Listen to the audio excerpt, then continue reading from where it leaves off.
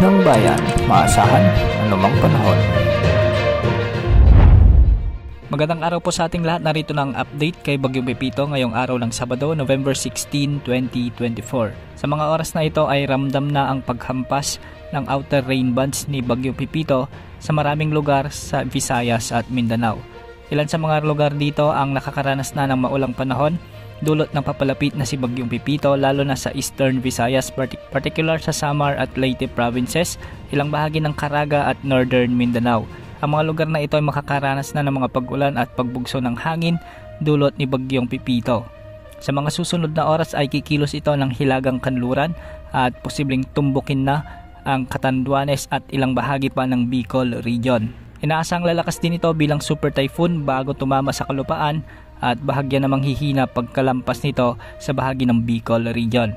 Posibleng tawirin nito ang mga kalupaan ng Bicol region, Calabarzon, Central Luzon at ilang bahagi ng Ilocos region. Kung hindi magbabago ang forecast track nito ay posibleng sa Quezon province ito pangalawang maglalandfall. Sa ngayon ay nag-undergo pa rin ito sa rapid intensification, kaya asahan pa rin ang patuloy na paglakas ng bagyo sa mga susunod na oras.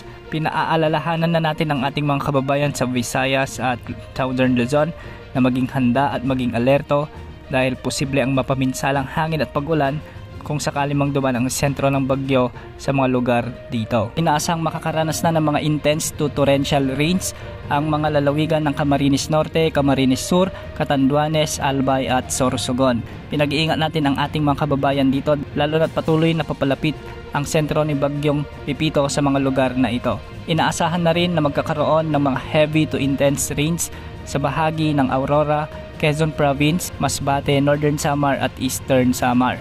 Samantalang makakaranas na rin ng mga moderate to heavy rains ang mga lalawigan ng Pampanga, Bulacan, Bataan, ang buong Metro Manila sa may Cavite, Laguna, Batangas, Marinduque, Romblon, Samar Province, Biliran kasama na ang Leyte.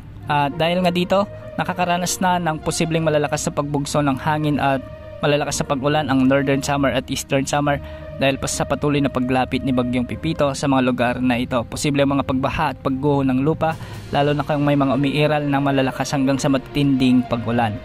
Ang Bicol region at Quezon province naman ay makakaranas na rin ng mga pag-ulan at mga pagbugso ng hangin dulot na rin ni Typhoon Pepito. Samantala sa Batanes ay magiging maulap naman ang mga kalangitan na may mga kalat-kalat pa ring pag-ulan at pagkidlat-pagkulog.